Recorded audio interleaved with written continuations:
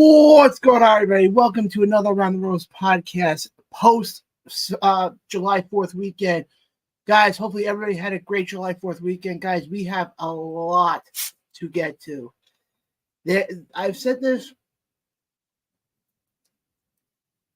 in the last 6 months or so. I never know what we're going to be talking about on the show until Monday night. And hell, even that still has its issues. But I'm just going to be sharing the show now quickly so we can get some people to watch, some people to interact, and, oh, look at that handsome stud. But, guys, like I said, I hope everybody had a great July 4th. We have a lot to get to tonight. We're coming off the heels of 3 huge shows. Obviously, one of them was a show that, I was kind of doing commentary for. So, yeah, there's that part. But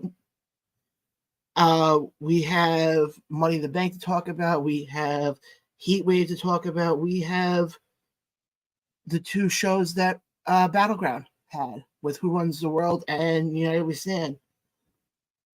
Oh, excuse me. I will say this much.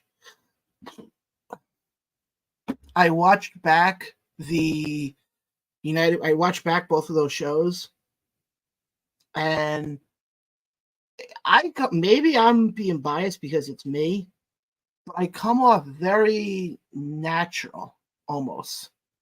Very much like, I knew what I was doing. I'll be honest, going into it, I didn't really know what to expect, if I'm being straightforward. I didn't know what to expect. I didn't know what was going to happen. And overall, and like I said, just give me 2 seconds because I'm just sharing the show now to as many groups as I can. Just give me 30 seconds here. And guys, you guys know you are able to leave a comment in the comment section below. We will read them throughout the entirety of the show tonight. Like I said, we also have a few announcements to make. No, we're not going to become Tony Khan or any of that stuff. But I just want to get going here in 2 seconds because I just want to finish sharing the show to as many people as I can, because then we'll get more people watching. See how that works? But guys, like I said, as far as what happened at Battleground, I'll start with the Battleground stuff first. If I'm being straightforward, it was a lot of fucking fun. It was fun in the aspect of I didn't know what to expect. And it was different because I'm so used to going to shows and you see people, you're used to going in and being on the, on the other side of the barricade. And technically I was on the other side. I was just on the other side of the barricade, flipped around, where people who went to kick, at least for the first show, the first show, they didn't hear me because there were some technical issues with that.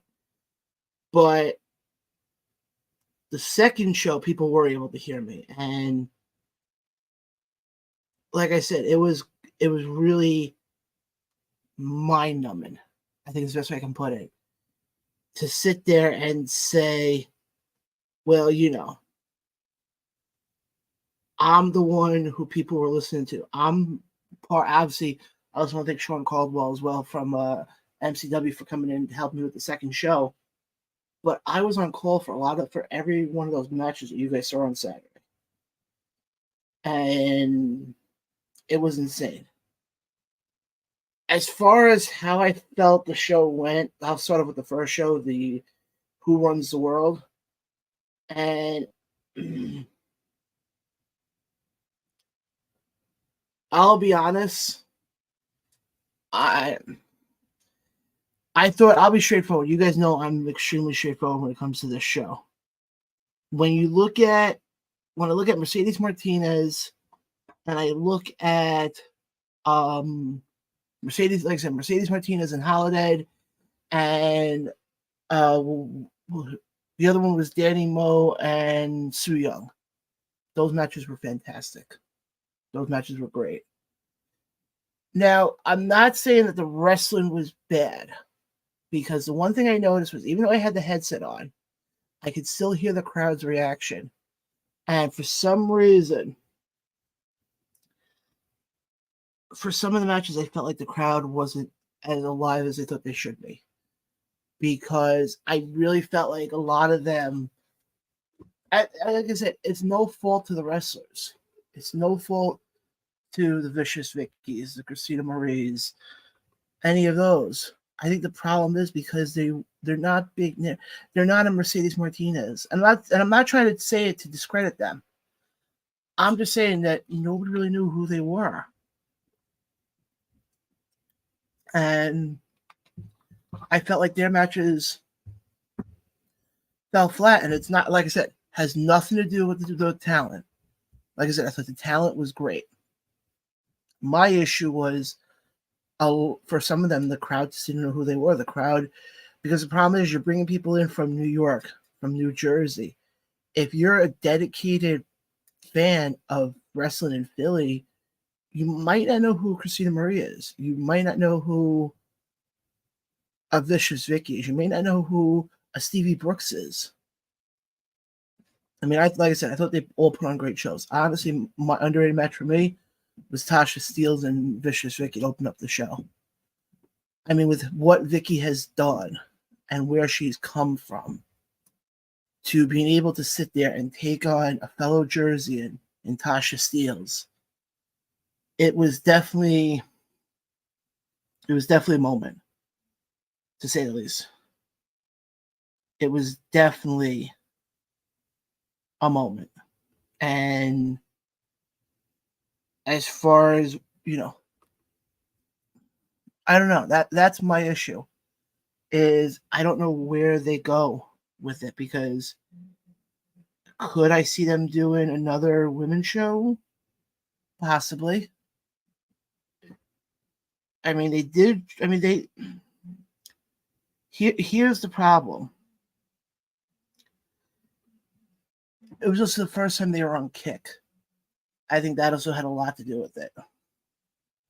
And I know there's a few people who want me to put the podcast on Kick. And I'll put it this way, it's in the works. It's definitely in the works. And so we had that. Like I said, I thought all the matches, actually, we can go over the women's card right now, because I actually have the actual card in front of me. We had Tasha Steelz and Vicious Vicky. Like I said, I thought the match was good. I know Tasha did win, but Vicky did get some offense in. Then they announced they had a segment with Missy Sampson and Victoria, or obviously, as people know her from WWE and TNA, she's a legend, Lisa Marie Varon. And they had a segment where basically they were going to have two matches, Notorious Mimi and Zoe Cannon, and Stevie Brooks and Gabby Ortiz. The winner of those two matches would then face each other in the semi-main event, and would not only get crowned, would not only win the trophy, and the trophy looked nice, by the way, but would also get a guaranteed title shot at whoever came out of the main event. So first match was Mimi and Zoe Cannon. Obviously, Mimi went over. The next match was Stevie Brooks and Gabby Ortiz. Now, I give Missy and Lisa a lot of credit. They did the commentary for both of these, so they really exemplified the match. I came back on. Now, this match was kind of weird. And the match I'm talking about is Christina Marie and Ultraviolet. Because all of a sudden, Christina Marie's entrance is being played, and you don't see her. I'm like, now again, nothing was told to me beforehand of there being any sort of angle or anything. So I was like, what the hell's going on? Yeah, it seems that Ultraviolet started attacking Christina Marie as she was coming down the ramp. And it was, so we had that. Obviously, Ultraviolet ended up winning. Now,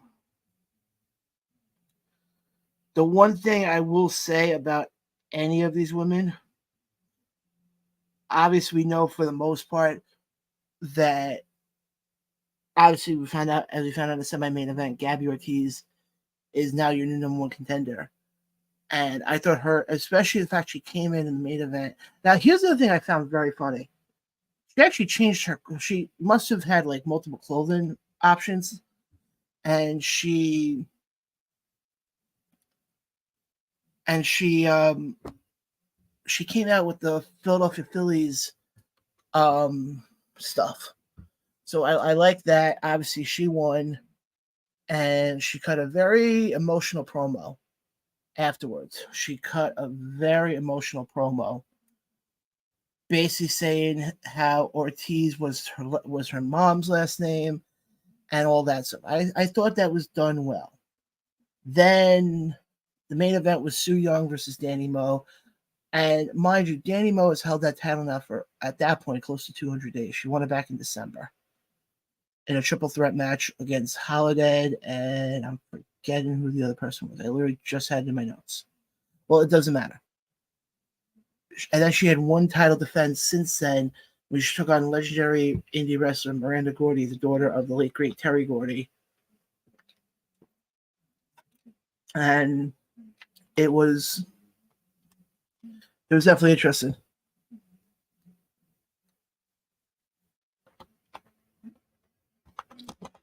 And yeah, got the Front Row Mafia checking us out tonight, and he goes, "Hey pal, obviously, hey John, the promo is in." Oh, okay, guys, if you want to hear the promo, go to the Front Row Mafia's Facebook page, and I'm gonna actually give them a huge shout out right now, because it was great seeing John at the show on Saturday. I know I was kind of in a weird mindset because it was sort of a weird experience for me, because I'm used to seeing fans and thinking, okay, I'm still a fan at heart. That's not going to be taken away from me. But for people to come up to me and say they want to take a picture with me, it was very touching. It was very touching, to say the least. Then we had the barbecue in between, the good old JR barbecue. Then we had the night show.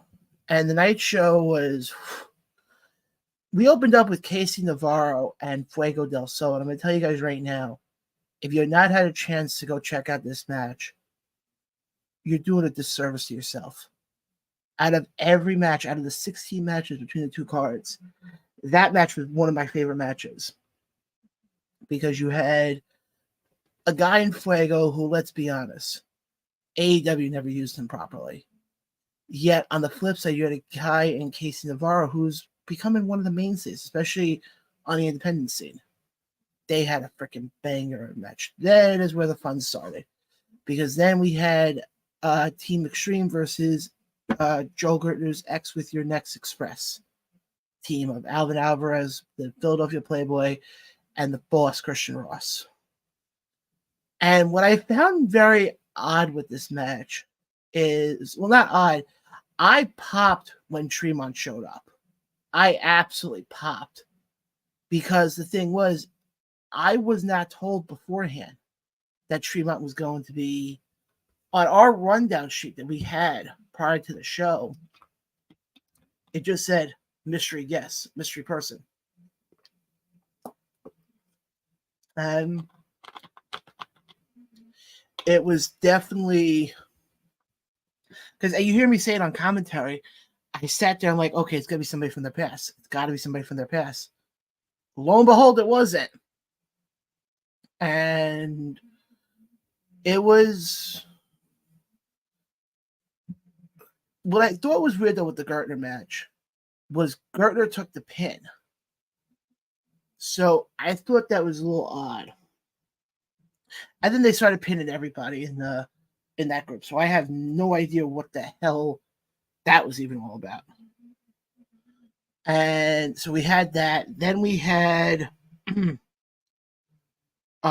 whatchamacallit. Then we had, oh God, I'm drawing a blank now. I'm really drawing a fucking blank now. We had a plethora of great matches.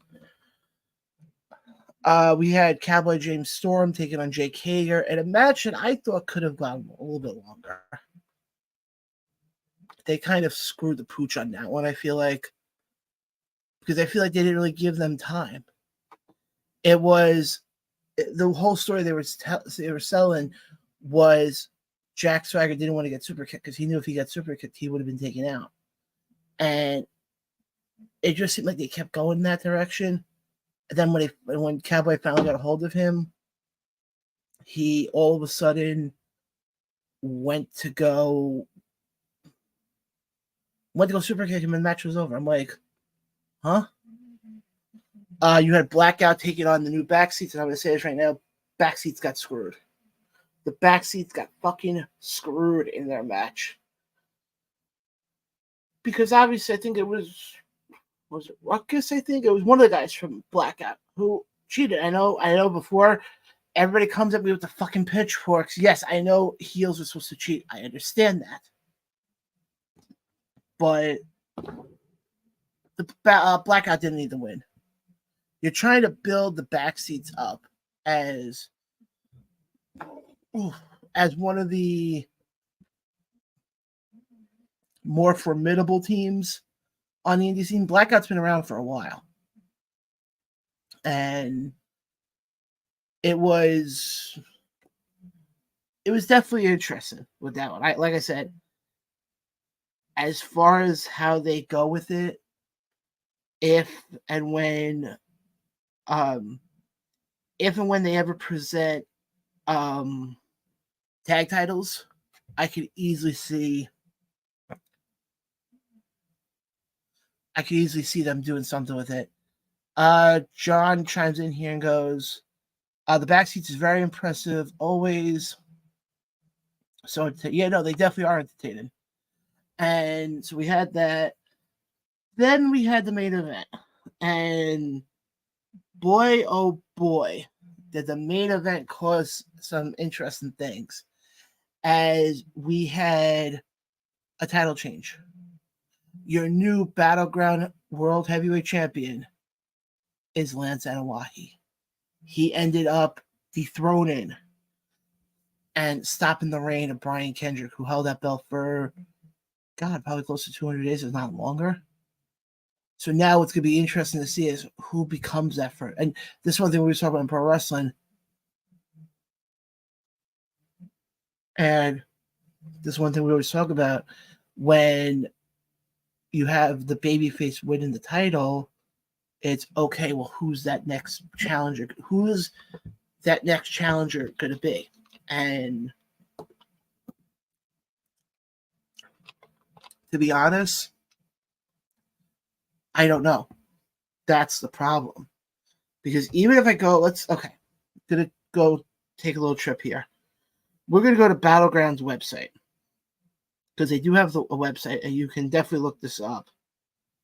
And we're going to go through the entire roster of who it can be.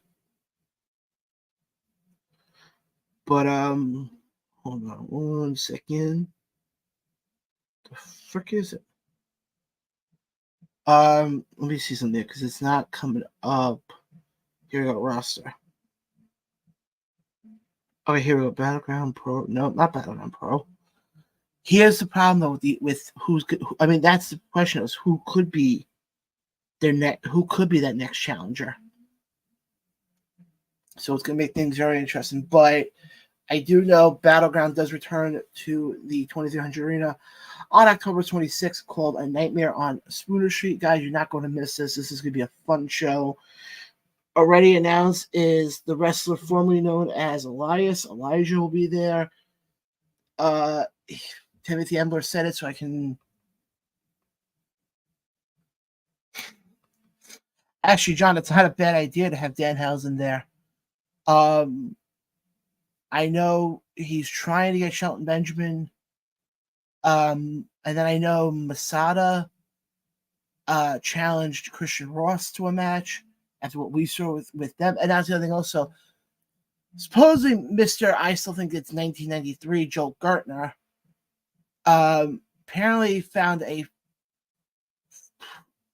an error in the contract and basically, don't let me, I'm sorry, I'm exhausted right now, and basically turned around and said that he will be bringing in a third person because according to his contract, he has to have a faction of 3 people. So as far as who that next person is going to be, I have no idea at all. Here's the only thing I am going to say, though. About it. And whoever it is going to be a made person, especially if they're trying to be a bad guy. Whoever it is. I was going to say right now, if Alvin Alvarez is watching, dude, you don't have to be pissed off every freaking time I see you in the ring. You are definitely pissed off. And you looked pissed off. I'm just going to say this right now. You looked absolutely peeved, to say the least. And here's the thing. I'm just saying it right now. Alvin, you are one of the best wrestlers I have seen in Long Island. You don't need somebody. Guys, I'm going to take a quick commercial break. I'm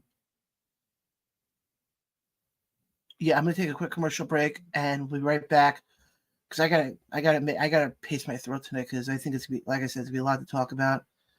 And guys, like I said, we'll be right back right after this with more Battleground talk, including what the Around the Ropes podcast will be doing at the meet and greet. Again, guys, we will be right back. Around the Ropes podcast.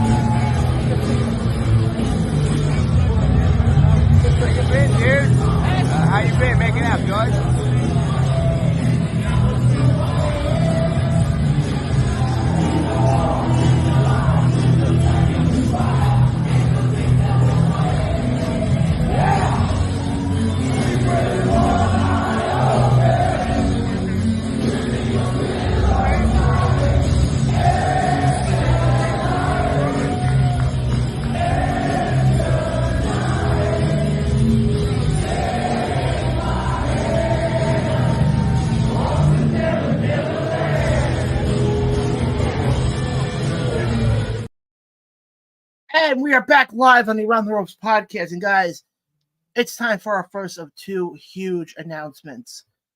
Because I can now announce that during the meet and greet for the spectacular meet and greet that Battleground Championship Wrestling will be doing. If you guys know the 2300 Arena, there's that little stage area over in the front of the building. I can announce this right now because I got the confirmation earlier today from the boss. And Around the Ropes podcast will be live in living color from the 2300. I know I said that for the last show, we didn't do it, but this time it's going to happen because we're going to be on that stage. And we're going to try to get on as many people as we can. And we are going to be live that day, October 26th, from 12 to 2. So, guys, you're not going to miss that. And, guys, while I'm in the announcement mood, let's go to the next announcement here. Ooh, excuse me. Because as many of you guys know, Immortal Championship Wrestling is doing Immortal Things 5 this coming. Actually, before we get into that, I will say this much. I know I'm part of the family with Battleground, but if anybody from Battleground is watching, I appreciate the fact that you guys welcomed me into the Battleground family. I appreciate the fact that I won a lot of you guys over, and I'm very appreciative that you guys allowed me to become the voice. I mean, the fact that Timothy Embler turned around and said on the live podcast that, and I quote, that I am the Jim Ross of Battleground is insane. It is absolutely insane. So again, I appreciate it a lot. And we'll go more into it later on, but I appreciate it. Tim, Richard, Francis, everybody who was there on Saturday, for everybody who watched on Kick. I know you guys couldn't hear me on the first show, but that was because the sound was down. And guys, like I said, we're only getting started here. We're only getting started here. Got a comment coming in from our buddy David across the pond who says here, he goes, hey, John, buddy. I can't even fucking read right now. Oh, you again. Oh. Hey, John, buddy, yet again, things are on the up and up for you. I couldn't be happier. Thank you, David. I appreciate that a lot.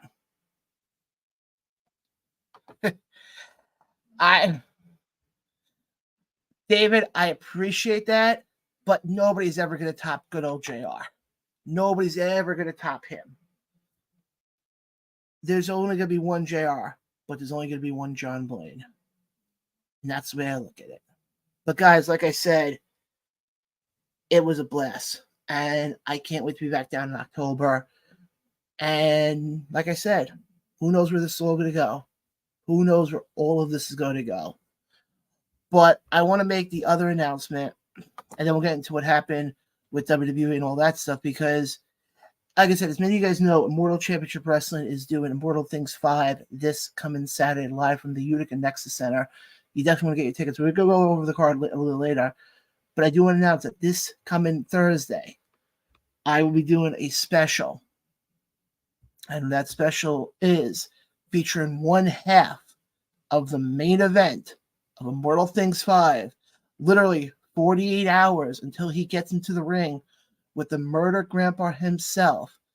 This is a guy I have been wanting on this show for the better part of the last 2 fucking years. And he will finally be coming on the show this coming Thursday. The one and only Mike Skyros, one half of Team Friendship, will be live in living color on this show. And he, like I said, he'll be on to talk about the main event because, guys, he is in the main event of the biggest show that Immortal Championship Wrestling has ever done. So it's going to be nice to finally get him on here to talk to him and kind of see where his mind is at as we are.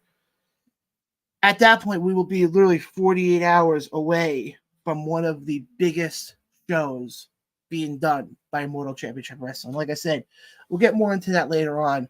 But I want to transition now over to what happened in WWE, because this is sort of the question I want to ask you guys this. And the question is, obviously, we saw at Money in the Bank that John Cena is going to be retiring. That the end of 2024 is going to be it for him. The end of 2025, is going to be it for him. And the thing I want to bring up to you guys is, who do you guys think should be not Jim Ross? Who do you guys think should be John Cena's last opponent? Do you guys think it should be an up-and-coming star like a Braun Breaker? Like take anybody from Trick Williams? An Obafemi? Or do you guys think it should be an established star? Like a Cody Rhodes, like a CM Punk, like Randy Orton? Or do you think he should be going after the title? Do you think by the time Cena's career comes to a close at the end of December of 2025, that we should be sitting there and saying that he is the greatest champion in the history of WWE? And first of all, I'm just going to say this right now before anybody says anything. I take him over Ric Flair any day of the week. And I say that for this reason.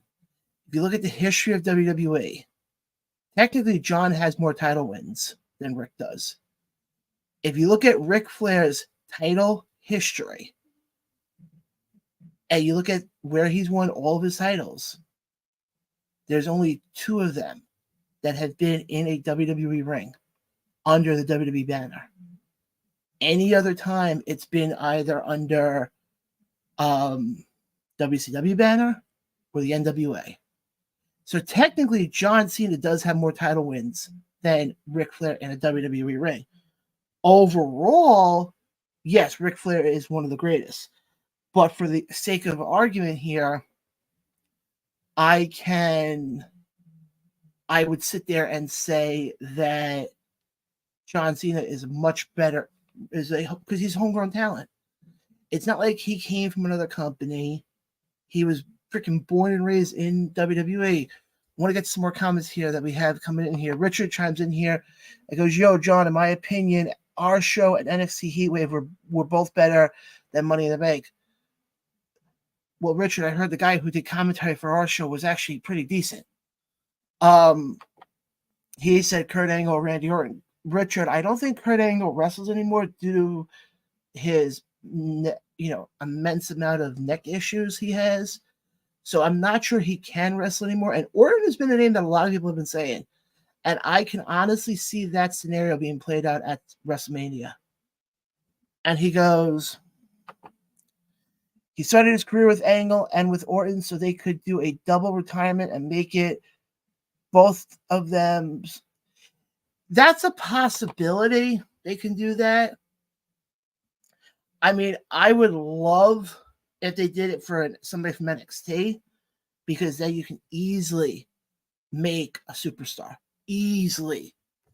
And I think realistically, it could be interesting. It could be, I mean, you could easily do something with frickin' you can do something with Obafemi. Make him a star. You can do something with Trick Williams. Make him, because you have to realize, if you can have a wrestler turn around at whatever show it is, first show in January of 2026, and go, I'm the guy who retired John Cena, that's going to instantly make you a top guy. Because that's what WWE was trying to do. If you remember a couple of years ago, when Kurt Angle retired, everybody wanted it to be John. Since that was John's first match, have that be Kurt's last match. And they ended up going with the stupid angle with Baron Corbin. I mean, it did nothing for him. But again, also look at who was running WWE at the time. Gomez. Now, Hunter is in a much different environment now. So, like I said, I hope, and I just read something before that supposedly John Cena already said he will not handpick opponents on this final tour. So it's whoever does, and apparently a lot of people have, hell, I even go a step further, have him show up on NXT a couple times. And now, if you look at with the events and everything, WWE tends to, I know for a while they were doing a December show. And now they haven't done a December show at least since the pandemic, if not earlier than that. So it's been a number of years since they've done a December show. So what I could see the possibility, because technically WWE's last show of the year before they take that Christmas break is usually Madison Square Garden and TD Garden, because usually it's split up. The A crew gets the Garden, the B crew gets the TD Garden. I could see a possibility when I can see a possibility of him doing both, where you have him start off at the Garden, somehow do whatever he can to get to TD. Because you know damn well he's going to have to at least do the Garden once before it's all said and done. If you guys remember a couple of years ago when the Shield had their last run, they did an event on, at that point it was the WWE Network, that was all surrounded about with the Shield and their last run. I could see the scenario playing out where we get a John Cena special at that point. Because you also have to remember, it ain't going to be on, I doubt it's going to be on Peacock. It's more likely going to be on Netflix. And you know the fact that with them getting the Netflix money, they're going to have a shit ton of money to work with. But I want to get some more comments here. Richard says, well, technically, Steph helped keep John by playing him because... Yeah, I forgot about that. Yeah, I did forget about that. But they're not going to have Steph do it. But for Richard, going back to your Orton comment, I've seen a lot of people now who have said, have Orton defeat Cody. Yeah, but that's also not going to work because we all know Cody ain't dropping that belt till either Rock or Roman decide to come back. So, I don't know. Because now this is where it's going to get interesting. Because who is that last opponent going to be? That's going to be the $64 million question, is who is that last opponent going to be? I mean, we can sit here for the next freaking 12 months till we get to next December and Monday morning quarterback the whole fucking thing. Or you can give your dream shots, be like, oh, but what about this dude? And what about this dude? And we're not going to know what's going to happen until we get to that show in December. And that's the thing also. I would also mention that whatchamacallit? This isn't going to be something like, excuse me. This is not going to be something where all of a sudden John decides to leave, because he's retired and goes wrestle for AEW. Or we see him come back into a ring in 6 months. He even said in that press conference on Saturday that when he's retired, he's not doing anything else in pro wrestling. I could see him, if he wants to stick in pro wrestling, I could see him being like an occasional guest host here and there. A lot of it's going to depend on his availability with his crazy movie schedule and how that's all going to play out. So I think that's going to be the big thing with him, is how is that entire movie schedule going to play out for him? Because you can easily, I could see the possibility of him being a manager. But again,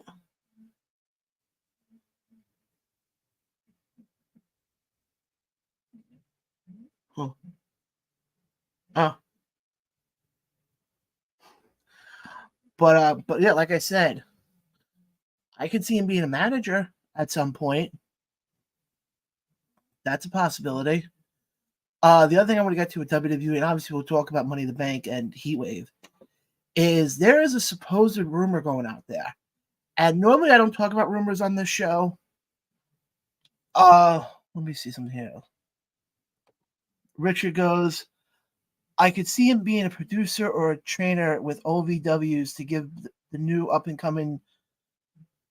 I could see that. I can definitely see that. He also says, yeah, but Richard, when would you pull the trigger for that, though? That's my only question. I mean, we all know that's what's going to happen. But my whole theory with that is I think we're getting the new bloodline versus the bloodline OG, and somehow the stipulation is if Roman wins, Roman gets Rock at Mania. Randy chimes in and goes, "Where's John Van Decker?" Randy, good question. I don't know. I think some front row people got him or something. I think we should send out an APA on him. I'll send out Farouk and John's and JBL to help. But no, there was a rumor that's been put out today that is starting to gain some steam, and if this is true, holy shit! Because if this is true, that it seems like Motor City Machine Guns might be headed to WWE, which means we are in the day of age right now. I just want to put this out there, where we might have under the same umbrella the Usos, Guerrillas of Destiny, and Motor City Machine Guns. I'm telling you right now, if that happens, if it's true that we're getting Motor City Machine Guns in WWE, give me a triple threat. You want to call it fucking TLC match? I don't care. But give me a triple threat match with Guerrillas of Destiny, the Usos, and Motor City Machine Gun. I mean, can you imagine that? Because in essence, that would become the modern day version of what the Dudleys, Edge and Christian, and the Hardys had back in the 90s.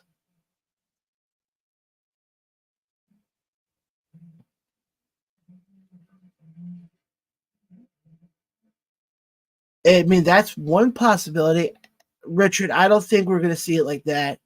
Richard says it could be Bloodline OG versus Paul Heyman guys, Roman, Lesnar, Punk, and Curtis Axel. Richard, I think if we're getting anything, I think we're getting Bloodline OG versus the Bloodline 2.0. That's what I'm thinking we're getting.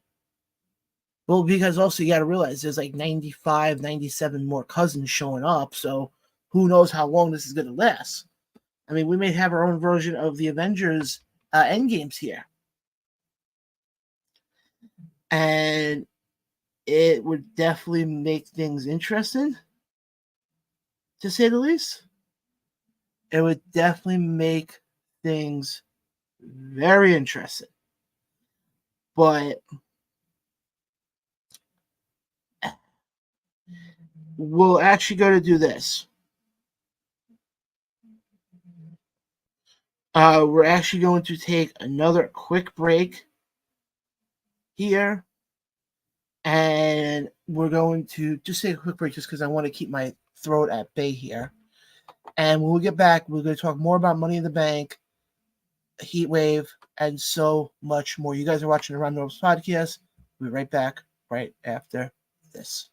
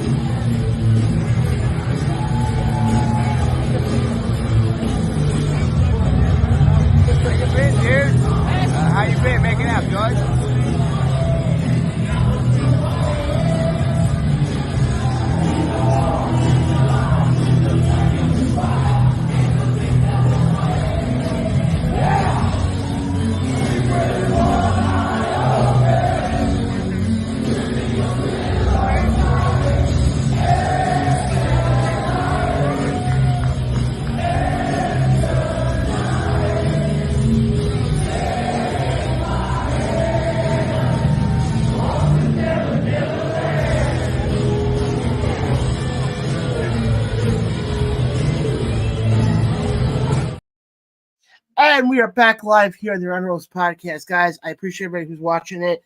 Definitely hit the share button if you're watching it. Show your friends, your family, what you guys see here every Tuesday night. And every time you guys see me on this beautiful screen here, because we all know I'm then. I'm kidding. But I want to talk about Money in the Bank because it was, and I actually wish, because there's a picture going around Facebook right now of what we saw in the main, and what I think was one of the best women's matches I've ever seen in the women's Money in the Bank ladder match. And I would love to get a photographer's opinion. And I have friends of mine who are photographers, Jason Zupardi, Andrew Elder, as far as to dissect that photo, because there's a photo going around where you see it was towards the end of the match. Chelsea Green gets thrown over the ropes off the ladder, and you see, and whoever got that shot got like the most pristine shot I've ever seen, because you just see Chelsea going right over into the tables.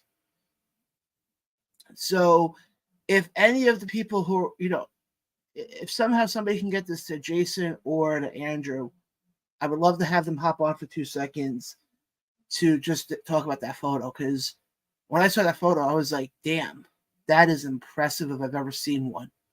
So hopefully if they're watching, hopefully they can hop into the comment section here for a second. But no, like I said, though, Money in the Bank was good.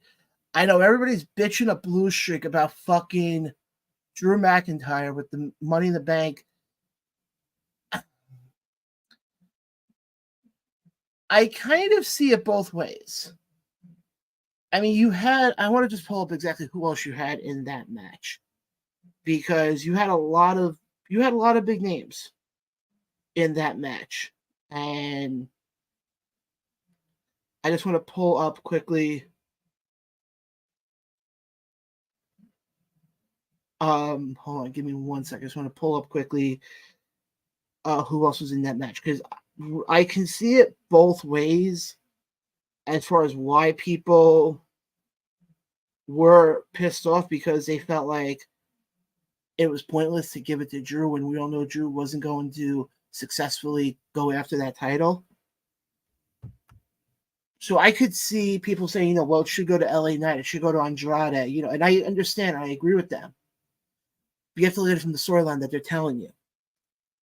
Every time, we've heard it the last couple of weeks, every time McIntyre is this close, I'm going to show it to the camera, this close to winning that title, Punk comes in and interferes. And it just works out perfectly. It really works out perfectly. Now, as far as where does the story go, I mean, we did get the announcement over the weekend. We got Bad Blood coming up October 5th, live in Atlanta. I think right there, and they're doing it because it's the 30th anniversary of the first Hell in a Cell match between Taker and Shawn, I think. And it could,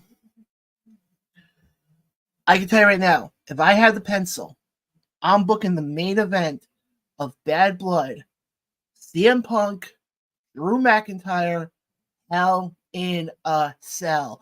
But let it be your old-fashioned Hell in a Cell matches where we saw color, where we saw guys get busted open. I mean, shit, go back to the infamous one between Taker and Mick Foley, when Mick Foley got thrown off the top of the cage. Let them do that. Let them go kill each other. Literally. Oh, John, I'm glad to see the front row people didn't capture you that long. He goes, I like the booking. Drew screwed again. Was the right move. Just set up more. Yeah. Exactly. Thanks, John. But that's why I would set that up, because I think realistically, going into Bad Blood, let's just dissect this for a second. We all know Gunther is walking out of SummerSlam with that World Heavyweight title. Damian Priest ain't keeping that title past SummerSlam. It's going to see who's going to be the challenger for Gunther. Cody Rhodes is, yes, it's Cody Rhodes' hometown. He'll probably still be the undisputed champion, but we've seen it already. Cody can open a show. We saw it in Backlash. We saw it in Backlash. So realistically, what other storyline going into Bad Blood to me has garnered more interest than Punk and McIntyre? And now you can throw Rollins into the mix. So that's my question. What other storyline? And before anybody says, oh, Liv and Rhea, that storyline is just getting started. I can see that playing a huge role going into Survivor Series or potentially the Rumble. So it gets time to build up. Punk and McIntyre has been built up since WrestleMania. Actually, no, strike that. It's been built up since the Rumble. And we're talking about almost the beginning of the year. So we're talking 6 months ago already. And the one thing I like, and this is the biggest thing I noticed with what WWE is doing right now, that's one of the better feuds right now. But it does not surround the title. I like that WWE now is making little feuds here and there important that it doesn't need the title. Because you look at what they're doing right now, you got the whole Judgment Day storyline going on right now. There's no title. And I'm not talking about with Rhea and Liv. That's not what I'm talking about here. I'm talking about the inner struggles right now with Dominic, basically reincarnating fucking Eddie from 20 years ago. You have, Rhea came back last night. How's she going to play into it? Are we going to start seeing a split? So it's going to be very interesting to see how it all plays out. So you have that storyline going on right now, and that's not for a title. You have the Bloodline storyline right now, and that's sure as hell not for a title. I know that was for a title for 4 years, but they haven't had a title in the Bloodline since WrestleMania when Cody beat Roman, and their storyline is still one of the best ones. I'm trying to think of what else. That's not for a title. I think that's really it. But I mean, those two storylines right there, to me, if I'm a wrestling fan, I have the opportunity to pick what my main event is that's not for a title. I don't see why you couldn't do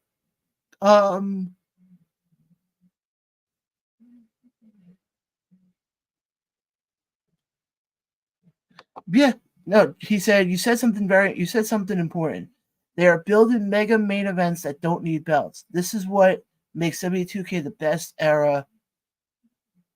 WWE because also, John, here's the thing also.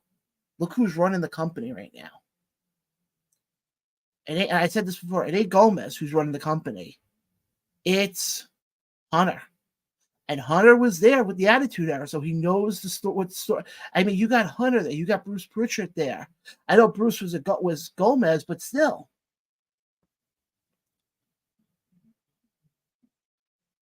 Exactly, David.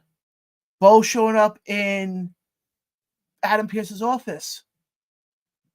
That's also going to be a huge storyline because now what's that all about? And damn well the Wyatt Six ain't going to be for a title.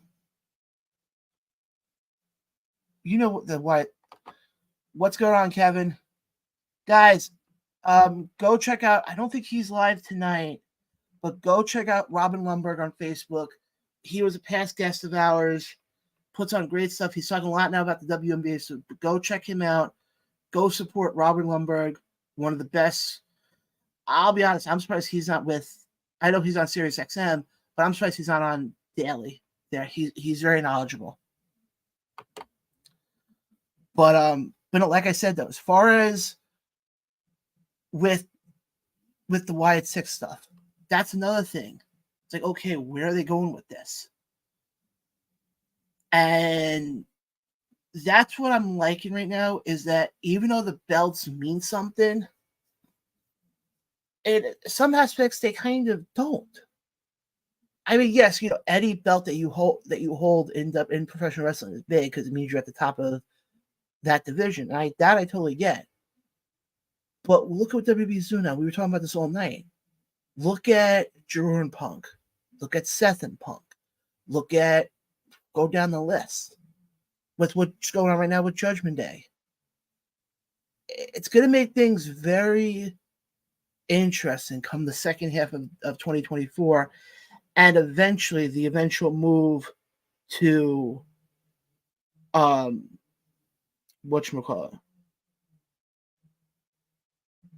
to Netflix. That's where it's going to be very, very interesting, to say the least. Very interesting. John says the Wyatt Six are all in his head, haunted by his past, all of the mind, aka the fun house. They aren't real. But you know what's funny though? You bring up the Wyatt Six, and the one thing that they were, oh, sorry, my light just flashed here for a second. And this is one thing I've noticed, because I know some other people have been bringing this up. My only disconnect that I'm getting, where you can tell it's starting to get a little wonky, is when we've seen the last couple of weeks, we don't even know if it's supposed to be Nikki Cross or we're supposed to call her Sister Abigail. I don't know what to call her. And she's been bringing out these boxes, and to me, I know Bully Ray said this on Bust Open a couple of times, and I agree with him. Michael Cole should be scared shitless. I'm sorry, I'm not saying as a commentator like Michael Cole, but as somebody who, has done commentary in the past, let me put it that way. If all of a sudden somebody came up to me with a freaking, in the same mannerism like Sister Abigail, I'd be running for the fucking hills. But then I would come back after the commercial break and I would say, hey, I apologize about that. That's not in me, but I don't know what the hell that was. I don't know what the hell's in that box. For all we know, there could have been a head in there. Who the hell knows? And I know we have some old school fans in here. I want to ask you guys a question. And no, I didn't call you guys old. But we're talking about the Wyatt Six here. And there was the photo from Whataburger out a couple weeks ago.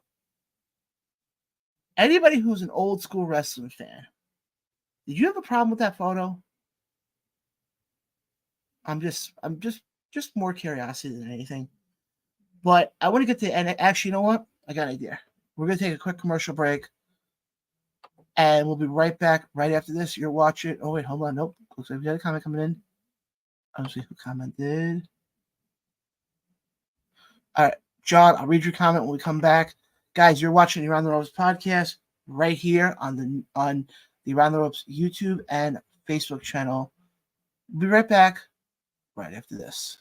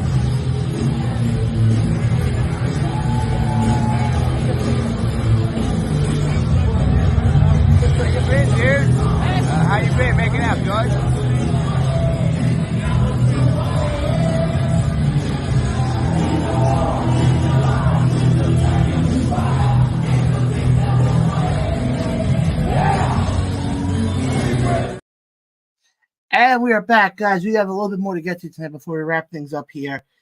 And guys, like I said, I announced this earlier. I'm going to announce this again. We will be live this coming Thursday at 9:30. As if my freaking computer would work, that'd be great. ahead of Immortal Things 5 as he is in the main event, taking on the Murder Grandpa himself. Joining the show, like I said, this is a guest I have been wanting on for the longest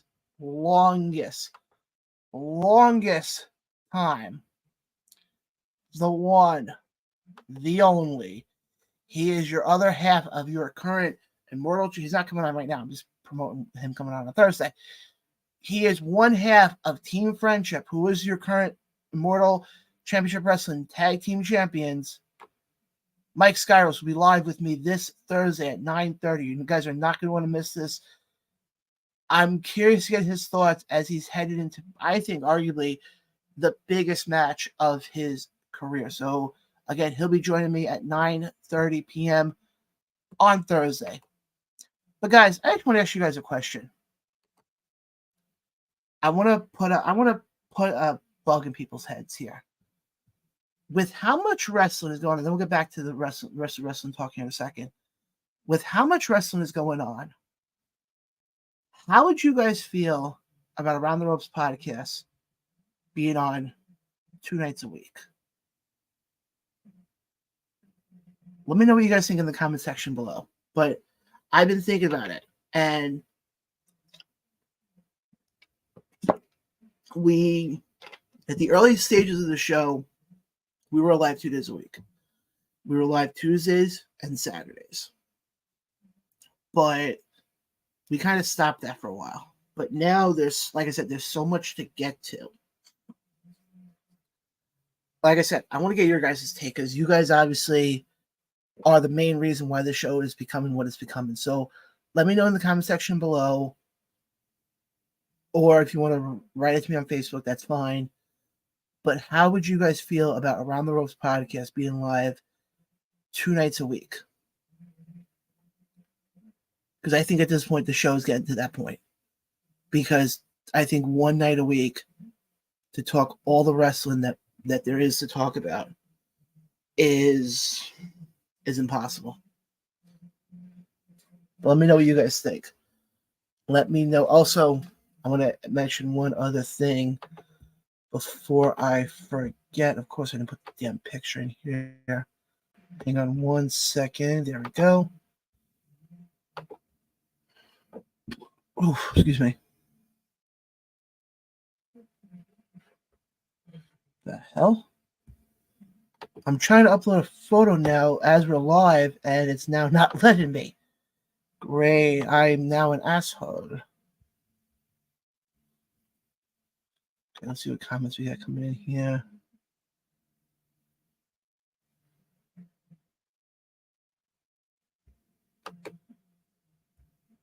But yeah. Okay, guys, here's the other thing I did want to mention.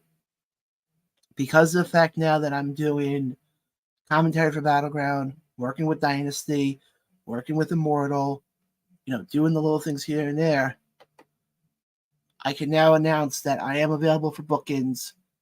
That's the email address you guys can reach me at. Definitely, if you're interested in bringing me in for commentary or for video stuff, I would be more than willing. My rate is very reasonable. If it's beyond the tri-state area, like, if it's beyond like Philly, for example, or even if it's beyond Baltimore, let me put it that way, then we'll have to discuss that as well. But like I said, if any company in the New York, New Jersey, New England, Philly, Baltimore area is looking for somebody to do commentary or looking for somebody to help with video stuff, I am available for bookings. I know I have a few shows coming up, which I'll get to that towards the end of the show tonight, but I just wanted to bring that up.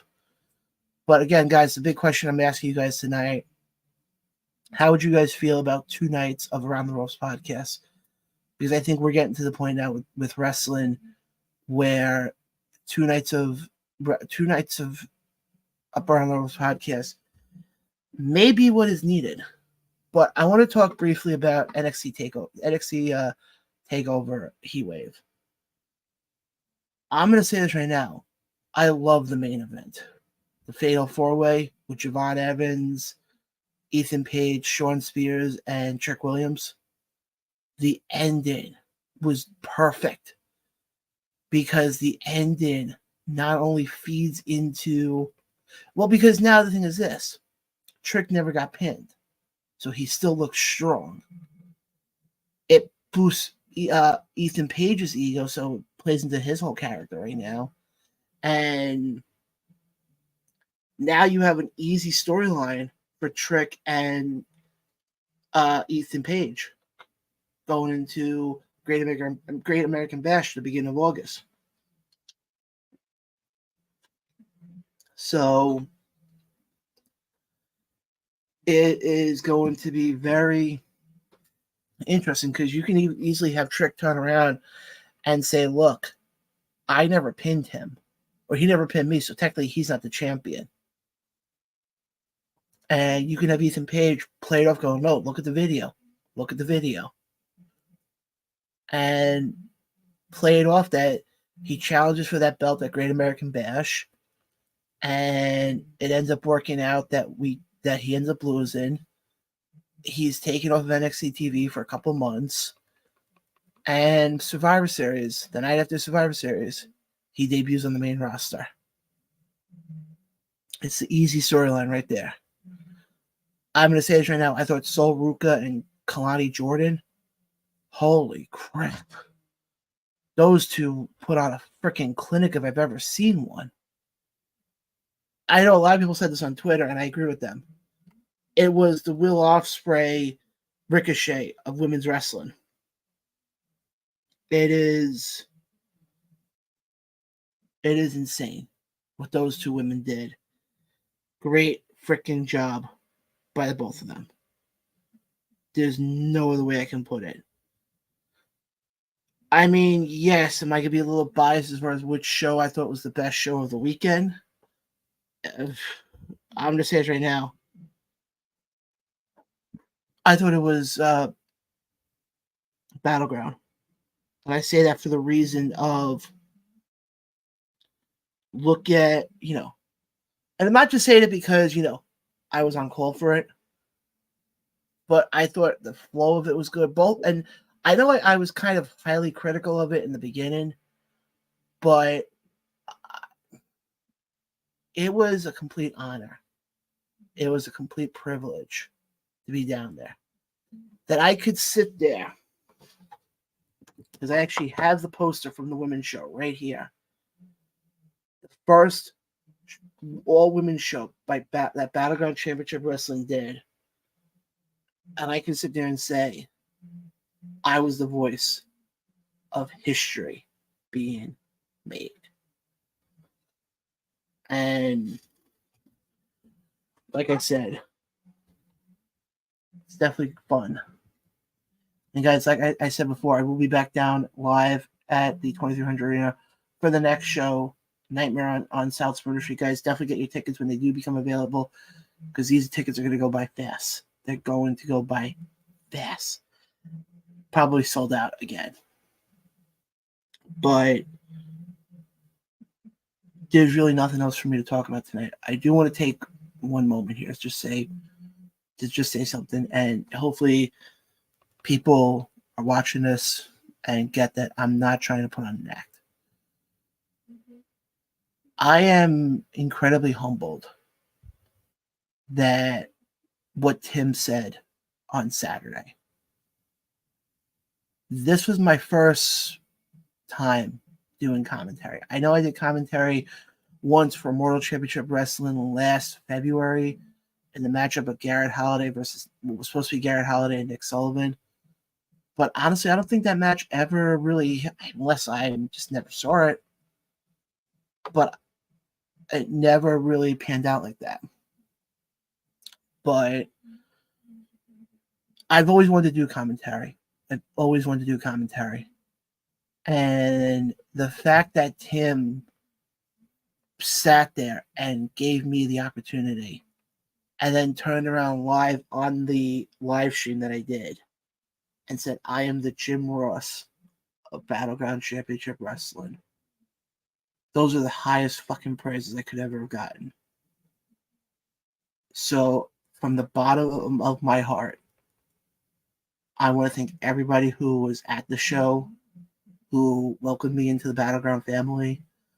I also want to thank everybody who saw it on Kick. And the video is still up there. You can guys definitely go check it out. But I know this is only the beginning. That I have fought tooth and nail for this show to hit levels that I knew all along it was going to hit. But if you would have told me after everything this show has been through, that I would get called the Jim Ross of Battleground Championship Wrestling and make my commentary debut, not only in a historical building, but like I said before, for an historical event, the first all-women show.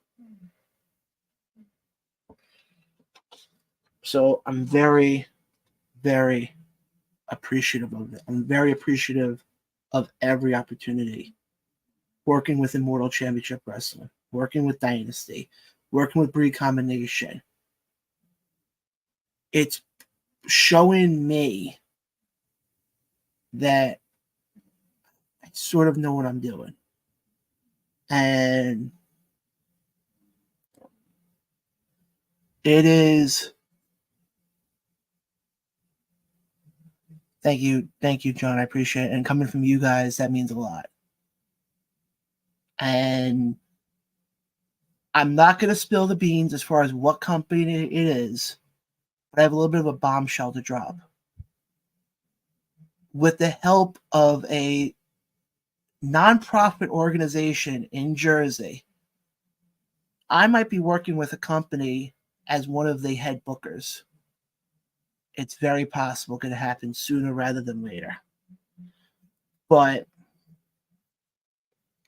people like, I'm about to say this right now. I say this a lot.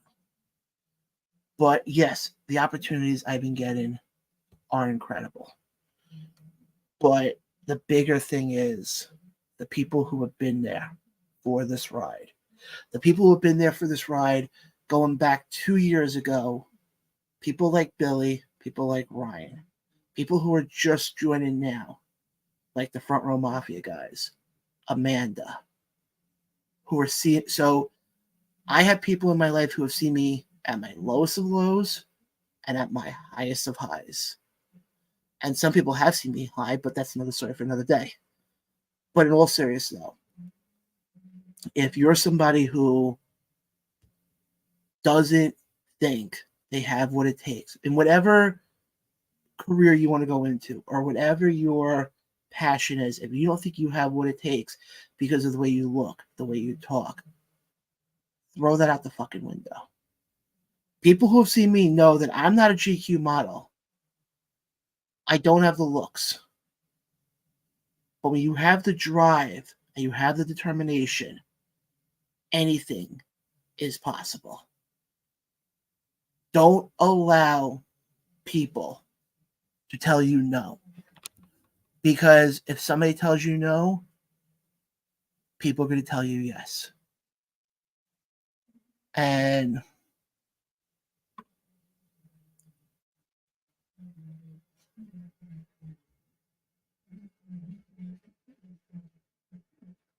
what does David say here? You don't just reach heights, John. You just smash through the sea. Yep, David, I know. I appreciate that. And people like Ryan, for example. I know he busts my chops and all that stuff. But I'm going to be straightforward right now. If it wasn't for him being the bigger Yoda, I don't think I'd be in the position I'm in right now. If I'm being straightforward, I don't think I would be in the position I'm in right now. So, Ryan, if you're watching this, dude, after this weekend, after getting to experience what I experienced down in Philly, thank you. Thank you for helping me, because I took what you taught me and I made it something bigger. I took the training wheels off and I became Lance fucking Armstrong.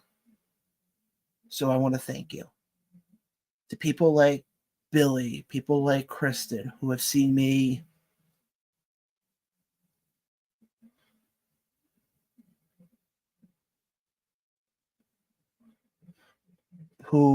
especially people like Billy, who have seen me at my lowest of lows. Thank you for showing me that I have what it takes to get to the top. And that knowing that I had it. So thank you. To the Front Row Mafia guys, John, Randy, Mike, all you guys. Thank you guys for, becoming big fans. Oh, that hurt. For becoming big fans. And for supporting me. And, all that stuff. So I want to thank you guys as well. Everybody else, I mean, like I said, I can sit here for freaking hours upon hours saying thank you to everybody. And you guys get the point. But guys, like I said,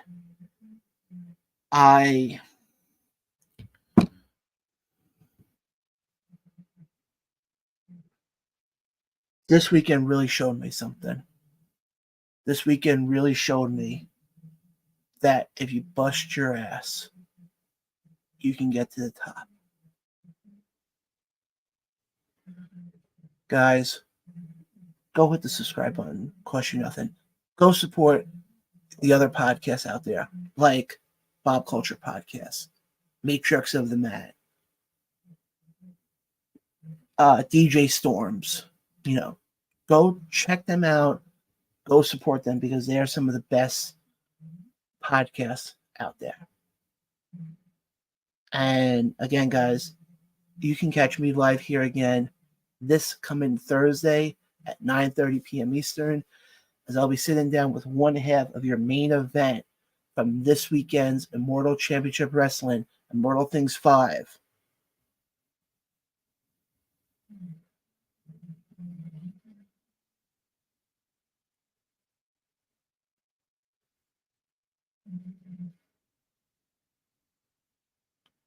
Wait, what did John just say here? He goes, I brought my entire fucking family to Philly for 2 reasons: to support Victoria. And John, I appreciate that a lot. I seriously do. That means a lot. And guys, like I said, you guys can still go watch both shows actually. And like I said, not only go support your indie podcast, go support indie wrestling. Guys, I'll see you guys back here Thursday night, 9:30 Eastern, 6:30 Pacific, for my sit down with Mike Skyros ahead of his highly contested, highly entertaining match he's about to have with Minoru Suzuki this coming Saturday. And then, guys, we'll be back live here next Tuesday, as we will have all things to talk about with pro wrestling.